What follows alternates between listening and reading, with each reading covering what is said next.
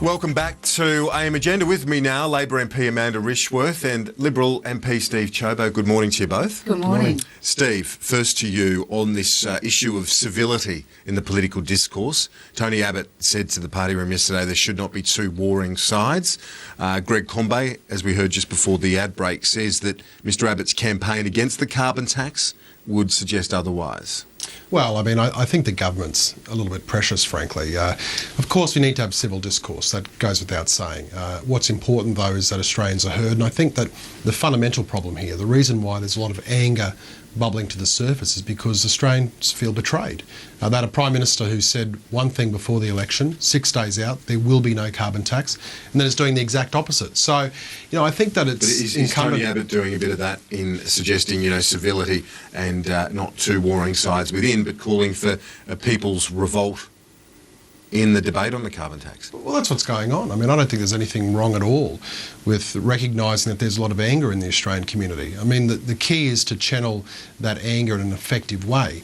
What is clear is that people are very angry with Julia Gillard because she lied to them. They're very angry with the Australian Labor Party because they entirely misrepresented what their agenda was going to be this term. Is this just fair enough political discourse, Amanda? Well, look, what we've seen from Tony Abbott is once again one message to one group, being his caucus, another message to other people. I mean, what we've seen is Tony Abbott whipping up a fear campaign around this carbon tax, a lot of misinformation about there, a lot of very long bows that he's drawn. But once again, there's two messages depending on what group. So, for example, you've got one group that he tells that he's committed to a -5%, he's committed to climate change. Then another group where he says that the target of reducing emissions by 5% isn't really going to do anything. So what we see him is Tony Abbott just putting spin depending on what audience he's talking to, and really I think he's got to come clean with his policy. We didn't hear him at the rally talk about his policy and the cost that it will be to Australian families. Well, it'll be less than yours, but most importantly, Amanda, I think people just find it a bit strange when Labor Party people accuse the coalition of a scare campaign, when you've got Tanya Plibersek, a minister out there, saying that unless we do this, Australia's going to run out of food and we're going to run out of water. I mean, I think it's one thing to say it, but it's a bit ridiculous to then say that we're engaging in a scare campaign when you've got ministers of the Crown saying Australia's going to run out of food. I mean, it's a bit hypocritical. You said your program's going to cost a little bit less, but it's going to cost less. It's going to cost families $1,300 a year. Based on what figure? Where have you got that figure from?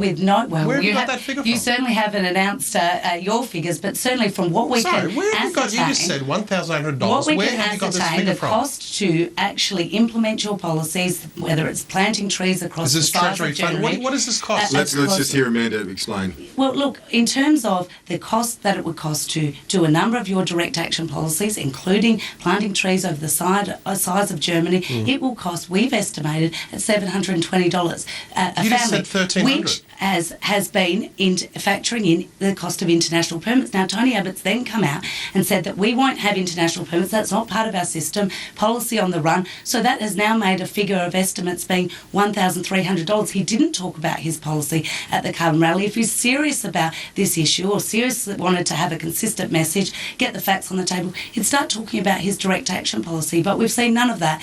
And in fact, the other side of it, there's no assistance under your... Is that Treasury modelling that you're referring to? Is that what... Well, the assessment on the cost? This is what we've estimated. The government has estimated. So the Labor Party has estimated. Treasury, or is it Labor? No, this is what the Labor Party has estimated. But from what we can ascertain, well, look, some of the figures that you've been putting out there have been quite ridiculous when it comes to the price on carbon. But we've estimated this. We've tried to look at it, and we haven't had anyone deny that that's what it will cost. And let's look at the issue of spending more broadly. That plays into that. $70 billion in cuts. It seems to be chopping and changing. Is it on the table or isn't it on the table? Do you understand? What's your understanding on it? Sure. I mean, we make no apologies for the fact that the coalition is dedicated to reducing the amount of government spending.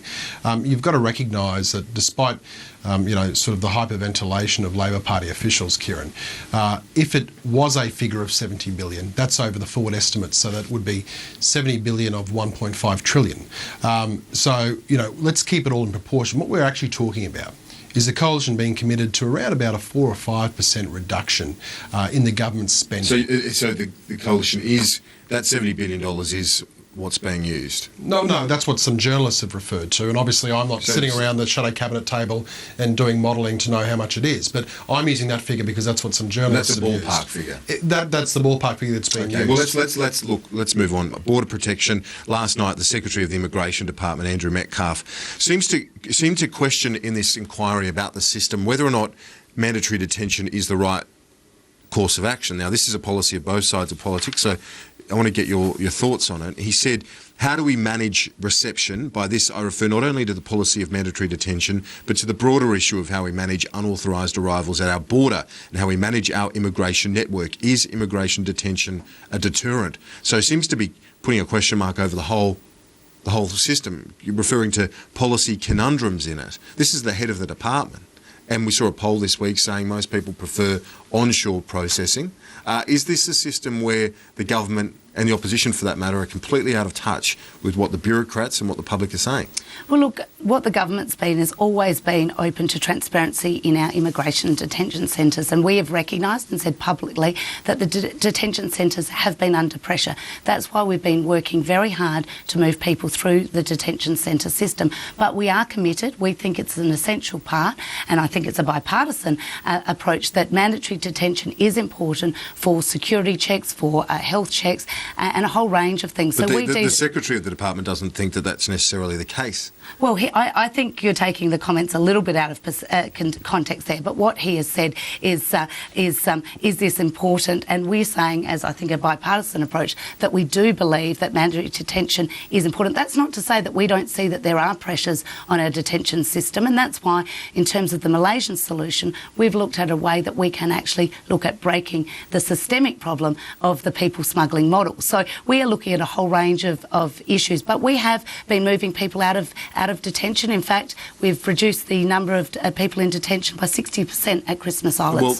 Well, Steve Ciobo, Andrew Metcalfe of the Immigration Department says it might be possible to manage different groups in different ways to potentially get others into the community, I guess is what he's saying. I think, though, Kieran, we've lost sight of the bigger picture here, which is that if you don't have a problem with illegal asylum seekers coming into the country claiming refugee status, then you don't have these pressures on the system. I mean, the fundamental issue here is that we had a solution in place. We had brought the number of illegal boat arrivals down to 3 per annum or thereabouts. I think when we left government there were about 5 people in mandatory detention. So none of this was an issue.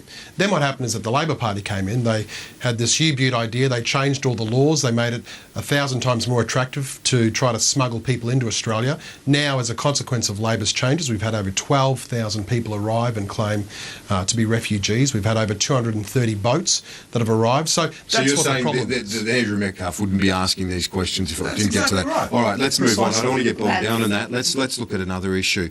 Qantas, 1,000 jobs have been cut. Is it fair enough, Steve, or just exporting jobs? You know, at the core of this issue, Kieran, is one inescapable fact, and that is that Qantas is making it very clear that they are facing significant increases in their cost base. And, you know, this is coming at a time when the airline's already struggling. That's why they're saying they're looking at restructuring, they're looking at trying to trim their costs. This export of jobs effectively overseas is a result of an increase in cost base. And you know what? Qantas indicated that under Labor's carbon tax, that's going to whack an extra $115 million, no, this is a fact, $115 million onto the cost of their price of fuel. So this is just another example of how Labor's policy is increasing that cost base, making it even worse. So as far as I'm concerned, if we're seeing jobs move abroad with Qantas, it's directly because of government policy, and they're making the problem worse. Okay, let's hear Amanda's response. Absolutely not true, because Qantas has indicated that they've had for some time, in their media release, a problem in their international arm of their business, and they are looking at restructuring. Now, of course, as Greg Conbay said on your show just earlier, that the international arm is not subject to a price on carbon, and therefore, once again, this is an example of the Liberal Party making massive jumps, making a lot of fear and concern that is just not warranted when it comes to the carbon price. Well, Qantas is a group; it's an operating entity. This they false. clearly said it's got nothing to do with the carbon price. This false. It's got to do with their cost base, Amanda. Qantas's cost base is increasing. Their international arm was not profitable. They're not separate. They're not separate issues. This is what your government doesn't see. The problem here, this is Amanda, what Qantas you've had no said, private that sector. they are looking at their international arm and restructuring their international arm to be more profitable. They have said that this has been going on for some time. How can you say that this is somehow related to a carbon tax that hasn't even come yet? Okay, Steve? What I said was that, and look, the problem here is that you've had no private sector experience. Like so many in the Labor Party, you've got no knowledge of what it actually is involved in running a business. The fact is their cost base is increasing. What I'm saying now is that increase in their cost base is getting worse, and your carbon tax is going to make it worse. So yes, I'm drawing the connection between their cost base increasing and your policies making it worse. Just quickly. You might be, but Qantas is not. Okay, I think we've covered that one.